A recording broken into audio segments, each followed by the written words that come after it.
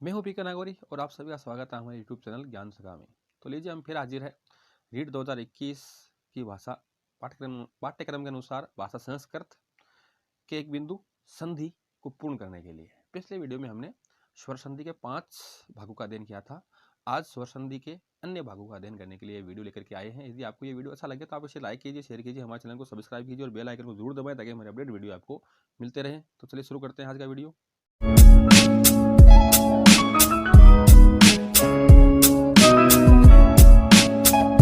तो पिछले वीडियो में हमने स्वर संधि के 3 भागों का अध्ययन किया था। आज देखिए 6वां भाग, पूर्व रूप संधि। पूर्व रूप संधि का सूत्र है एंग पदांतांति, यानी यदि किसी पद है यानी शुभंत या तिगंत होना चाहिए, यानी उसमें शुभ या तिंग प्रत्यय अंत में होना चाहिए।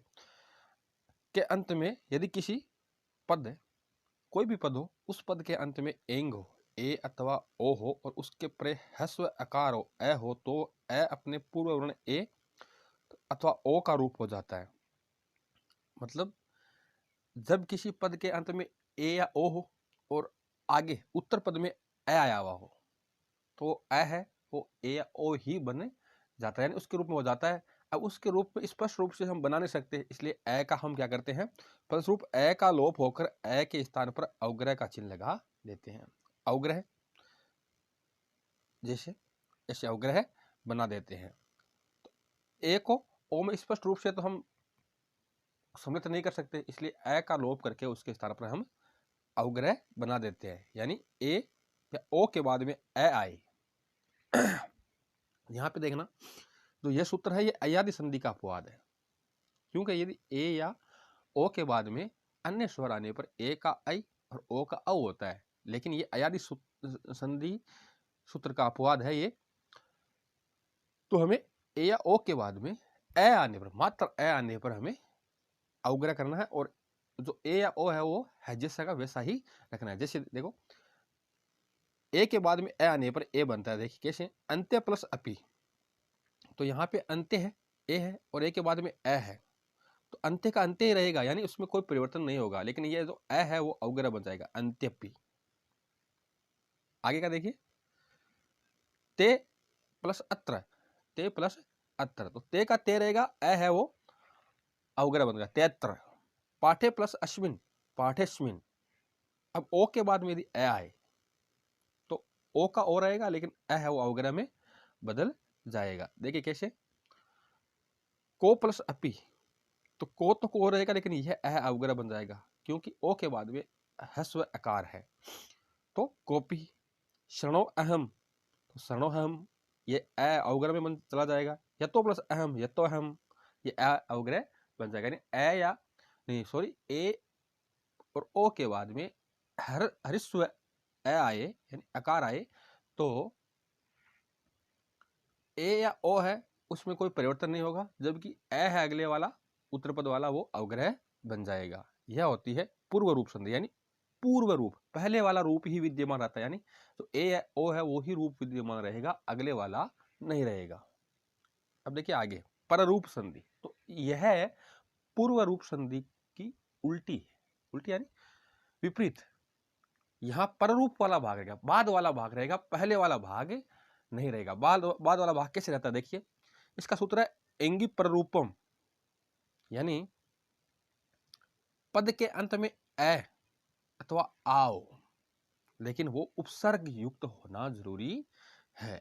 इस सूत्र के अनुसार, एंगी पररूपम के अनुसार किसी भी उपसर्ग के अंत में ए या आ हो, ऐसा मान सकते, किसी उपसर्ग के अंत में ए या आ हो और उसके आगे ए या ओ हो, तो उपसर्ग के आकार का लोप हो जाता है, और लोप होने पर आकार ओकार वो क्या है, यानी ए ओ में, वो ए है वो ए ओ में मिल जाता है। यानी पहले वाली जो संधि थी उसकी उल्टी कर लो पूर्व रूप की, यानी उसमें ए या ओ है वो पहले रहते थे, इसमें बाद वाले पद में ए या ओ रहेंगे। पहला वाला ए है या जो भी उपसर्ग युक्त ए है वो आ है वो लोप हो जाएगा, लेकिन यहाँ पे अवग्रह नहीं बनेगा। यहाँ पे ए प्लस ओ बराबर ओ ही बनेगा, ए प्लस ए बराबर ए ही बनेगा, आई नहीं बनेगा। देखिए मैं आपको इसके उदाहरण बताता हूं पहले। जैसे प्र प्लस एजते, अब देखो यहाँ पे एक इस सूत्र की भी एक यहाँ पे विशेषता है कि पहले विशेषता है कि यहाँ पहला पद उपसर्ग युक्त आएगा और दूसरे पद है वो धातु युक्त आएगा। यह एंगी पर रूपम जो सूत्र है इसी पे काम करता है। ए या आ उपसर्ग युक्त पद होने पर, अंत में ए या आ होने पर और आगे धातु होने पर क्या होता है कि ए और ए या ओ मिलकर के ओ ही बनाते हैं, उसमें वृद्धि नहीं होती है, क्योंकि हमने वृद्धि संधि में पढ़ा है कि ए प्लस ए बराबर ए बनता है और ए प्लस ओ बराबर औ बनता है। इसलिए यह सूत्र है वो वृद्धि संधि का अपवाद भी होता है। वो अयादि संधि का अपवाद था वो सूत्र, और ये एंगी पर रूपम है वो वृद्धि संधि का अपवाद है। तो देखिए प्र प्लस एजते, एजते धातु है और प्र उपसर्ग है, तो ए के बाद में ए आने पर प्रेजते बना है, केवल ए रहा है, ए लुप्त हो गया है। उप प्लस एस्ते उपेशते, तो यहाँ बाद वाला रूप रह रहा है, यानी एक की मात्रा ही जुड़ रही है। परा प्लस ओहति परोहति, पर प्लस ओसति प्रोसति, उप प्लस ए ही उपे ही।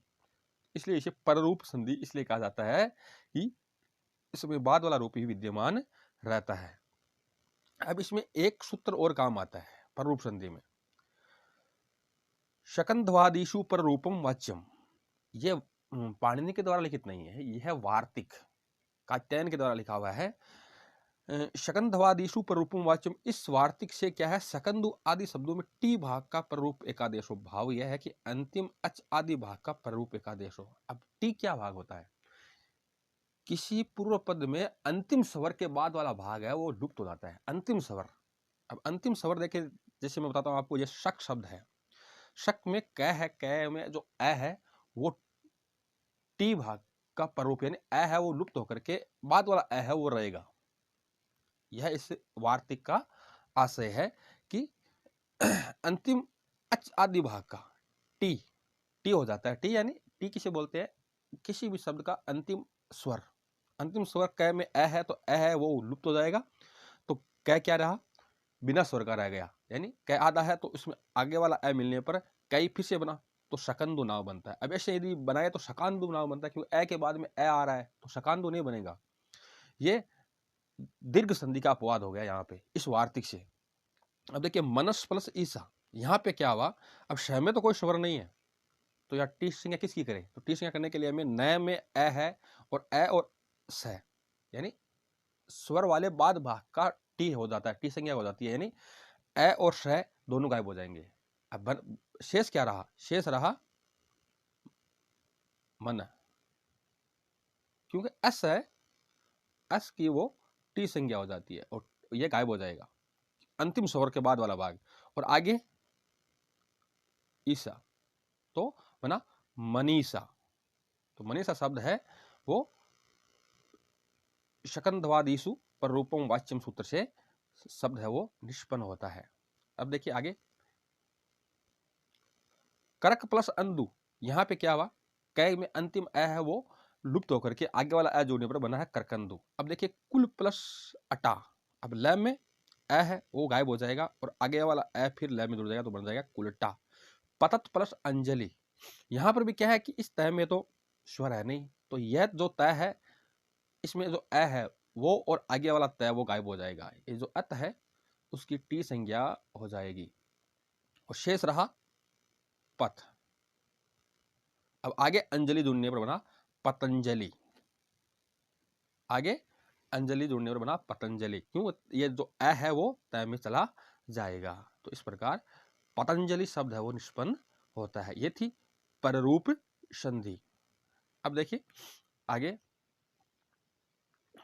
प्रकृति भाव संधि, ये स्वर संधि का अंतिम भाग है, प्रकृति भाव संधि। अब प्रकृति भाव में क्या है, प्रकृति का भाव ही मौजूद रहता है, यानी इसमें एक मात्र समझ का सहयोग होता है, संधि कम होती है।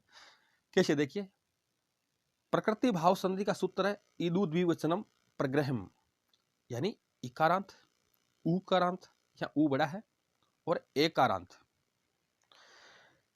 द्विवचन रूप के बाद यदि कोई स्वर आए तो प्रकृति भाव जाता है, यानी किसी भी शब्द जो द्विवचनांत हो, कोई शब्द बनाते हैं तो शब्दरूप बनाते हैं तो उसमें जो द्विवचन रूप आता है, और द्विवचन रूप भी क्या होना चाहिए, इकारांत, उकारांत और एकारांत होना चाहिए। तो क्या होता है, उसमें कोई भी संधि न होकर के भाव जू का त्यों ही रहेगा। अब देखिए कैसे, जैसे मान लो हरि शब्द है, अब हरि शब्द का हम विभक्ति बनाते हैं तो हरि द्विवचन में होगा हैरी। देखिए ये इकारांत हो गया। अब इकारांत होने पर क्या होता है कि इसमें प्रकृति भाव संधि होगी, कुछ बदलेगा नहीं। जैसे हरि प्लस एतो है, हरि प्लस एतो, तो यहाँ द्विवचनांत इकारांत है, आगे एतो तो कुछ नहीं बोला, हरि एतो ही वापस फिर से बन गया। नहीं तो क्या होता कि ई के बाद में अन्य स्वर आने पर, अन्य स्वर ए आया है तो क्या बनता, यण संधि होकर के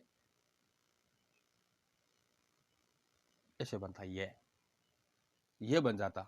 लेकिन द्विवचनांत हरि होने के कारण है, उसमें कोई संधि न होकर के क्या हो गया, भाव जू का त्यों रह गया है, हरि प्लस एतो, हरि एतो ही रह गया, क्योंकि द्विवचनांत है।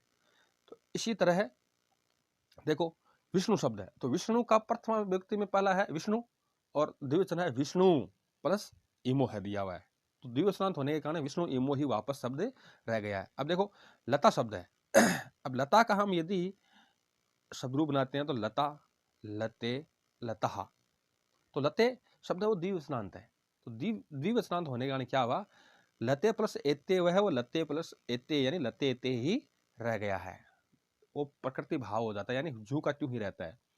अमी प्लस ईसा, तो यहाँ पे अमी शब्द वो द्विवचनांत है, आगे ईसा शब्द जोड़ने पर वापस अमी ईसा ही रह गया। फले प्लस औपदत्त है, यहाँ क्या है, फले शब्द है वो नपुंसकलिंग द्विवचनांत है, तो फलम फले, फले शब्द द्विवचन में आया है, आगे औपदत्त आया हुआ है, तो फले औपदत्त ही रह गया, यानी प्रकृति भाव जू का त्यों ही रहना। लेकिन क्या होना चाहिए, इकारांत, उकारांत और एकारांत होना चाहिए, और वो भी द्विवचनांत, तो है जैसा जैसा रहता है। नहीं तो क्या होता है कि अपने अपने भाग के अनुसार जो संधियां होती है वो हो जाती है। जैसे यहाँ पे यण संधि हो जाती है, इसमें यण संधि हो जाएगी, इसमें भी यण संधि, यहाँ पे अयादि संधि, यण संधि, अयादि संधि हो जाएगी। लेकिन द्विवचनांत होने के कारण ये सब संभव नहीं है और प्रकृति भाव संधि हो जाती है। तो आज के वीडियो में हमने स्वर संधि का पूर्ण रूप से अध्ययन किया। यदि आपको वीडियो अच्छा लगा हो तो आपसे लाइक कीजिए, शेयर कीजिए, हमारे चैनल को सब्सक्राइब कीजिए और बेल आइकन जरूर दबाएं ताकि हमारे अपडेट वीडियो आपको मिलते रहेंगे। अगले वीडियो में हम फिर मिलेंगे, तब तक के लिए नमस्कार।